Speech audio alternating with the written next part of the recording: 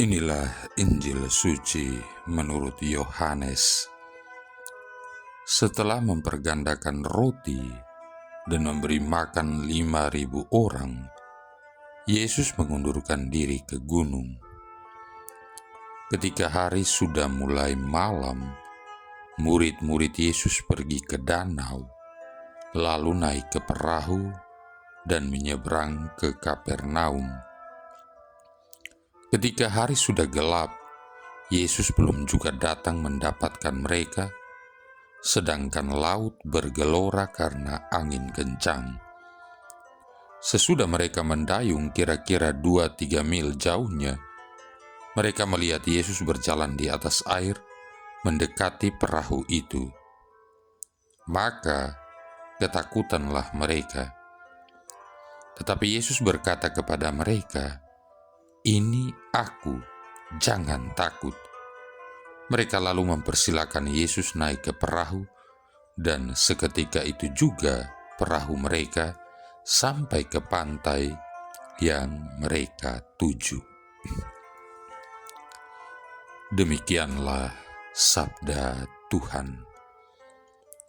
Saudara-saudari yang terkasih, pernah salah seorang teman di jejaring sosial menuliskan status, "Rasa takut ini membunuhku." Setelah saya tanya apa yang ia takutkan, ia ternyata terlalu takut kehilangan orang yang dicintainya. Bagi yang tengah berpacaran, ternyata bukan saja rasa terlalu cinta yang bisa membunuh, tapi rasa takut ditinggalkan atau diputus juga bisa membunuh. Mari kita tinggalkan soal bunuh-membunuh dan fokus kepada kata takut. Seperti yang kita tahu, ada banyak bentuk rasa takut yang setiap hari mendera kita.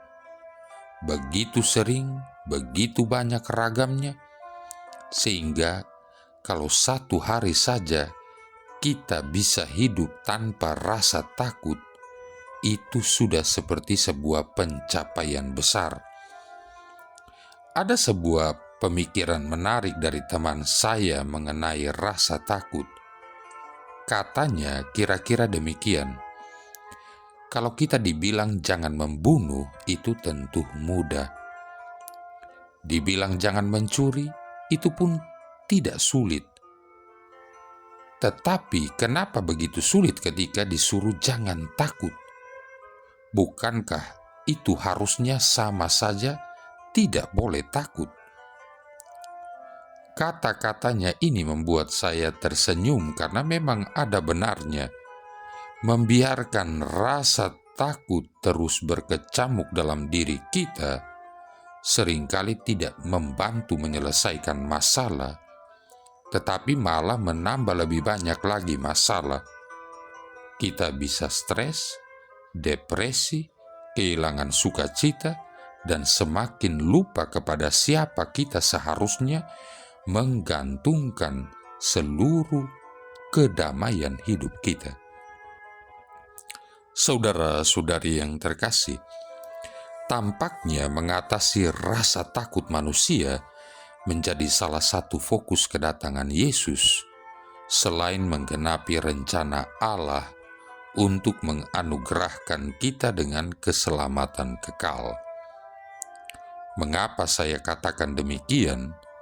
Karena dari keempat Injil saja, catatan mengenai teguran Yesus agar kita jangan takut tercatat ada begitu banyak. Salah satunya sudah sangat kita kenal, yaitu ketika murid-murid Yesus yang didera angin kencang ketika tengah berada di tengah danau di malam hari, yang tertulis dalam 3 Injil. Misalnya dalam Injil hari ini Yohanes bab 6 ayat 16-21. Di tengah kepanikan karena takut kapal mereka tenggelam, Yesus datang dengan cara yang tidak terduga, yaitu berjalan di atas air. Reaksi mereka bukannya senang, tetapi malah semakin takut. Bukankah ini yang terjadi pada kita?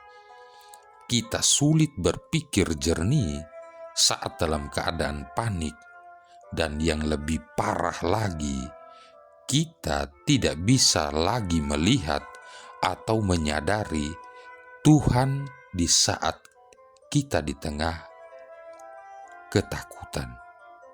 Tapi lihatlah apa kata Yesus kepada mereka.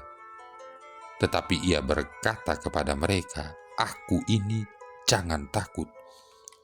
Dalam versi bahasa Indonesia sehari-hari dikatakan, tetapi Yesus berkata kepada mereka, "Jangan takut, ini aku."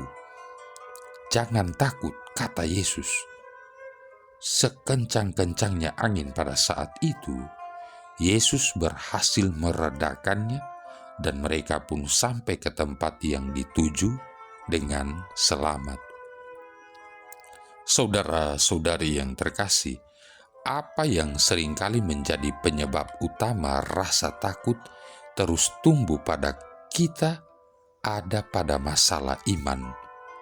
Banyak orang beriman yang masih bertingkah laku tidak percaya, atau kalau tidak separah itu pasti imannya kurang alias kurang percaya.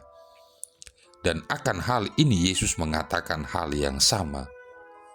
Lihatlah apa kata Yesus saat meredakan angin ribut saat berlayar pada kesempatan lain. Ia berkata kepada mereka, "Mengapa kamu takut, hai kamu yang kurang percaya?" Matius bab 8 ayat 26a. Dalam bahasa Inggris Amplified, Yesus berkata demikian, "Why are you timid and afraid, O you of little faith?" Orang yang kurang percaya, kurang iman adalah mereka-mereka yang sudah punya iman, tapi masih kurang. Itu pun ternyata masih membuka pintu bagi masuknya rasa takut ke dalam diri kita. Lantas sebesar apa iman yang harus kita miliki? Apakah harus sebesar gunung? Kalau mengacu kepada ucapan Yesus sendiri, ukuran besar iman yang bisa membuat kita mampu melakukan hal-hal yang mustahil sekalipun hanyalah sebesar biji sesawi saja. Matius bab 17 ayat 20.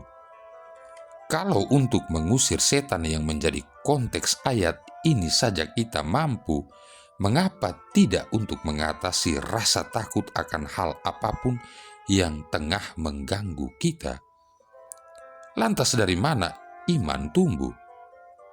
Sabda Tuhan jelas berkata, iman timbul dari pendengaran dan pendengaran oleh firman Kristus. Roma bab 10 ayat 17. Jelas, untuk bisa sampai kepada iman yang seukuran biji sesawi saja, kita harus terus-menerus menghidupi sabdanya. Itulah yang akan menumbuhkan iman kita agar rasa takut tidak lagi menjadi penghambat untuk maju. Saudara-saudari yang terkasih, rasa takut ini membunuhku, seperti kata teman saya tadi. Mungkin tidak berarti langsung membunuh, tapi yang pasti hidup dengan rasa takut sama sekali tidak enak. Tidak ada selera makan, tidak ada semangat, tidak ada gairah, tidak ada ketenangan, tidak ada kenyamanan, dan tidak lagi ada rasa damai dan sukacita. Perasaan seperti ini jika dibiarkan berlarut-larut, tentu akan mendatangkan berbagai penyakit dan gangguan-gangguan lain. Kalaupun bukan penyakit, kerugian yang tidak sedikit bisa kita derita. Oleh sebab itu, kita harus ingat seruan Yesus untuk jangan takut. Bahkan dalam sebuah ayat dengan tegas Yesus berkata, "Jangan takut, percaya saja." Markus bab 5 ayat 36. Jangan kurang percayanya, apalagi sampai tidak percaya. Itu memang bisa merugikan, membuat kita menderita, bahkan membunuh kita pelan-pelan. Daripada habis energi memupuk rasa takut, mengapa tidak mempergunakannya untuk terus bersama Tuhan lebih dan lebih lagi dalam doa, dalam devosi, dalam sakramen Maha Kudus.